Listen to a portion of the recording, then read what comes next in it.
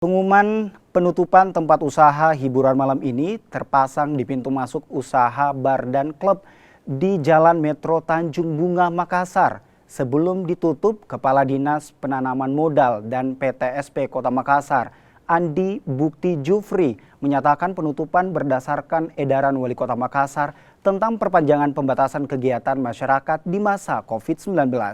Usaha bar dan klub ini terbukti berulang kali melanggar aturan jam operasional tempat usaha atau buka melewati pukul 10 malam.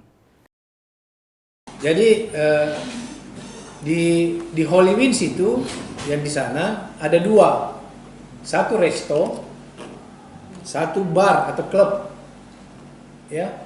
Nah, yang kita tutup ini, yang kita cabut izinnya adalah yang atas nama Pentagon atau klubnya, bukan restonya, tetapi manajemennya sama. Kemudian selanjutnya dasar daripada pencabutan izin ini, yang pertama berdasarkan berita acara pemeriksaan terkait pelanggaran jam operasional usaha.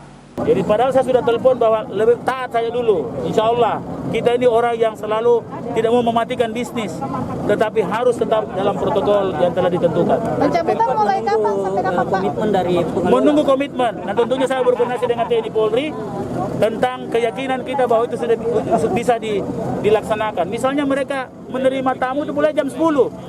Padahal jam 10 itu tutup. Nah, maka teman-teman THM di Nusantara mau buka jam 5 tapi batasnya jam 10. Saya bilang silakan selama tidak lewat jam yang ditentukan.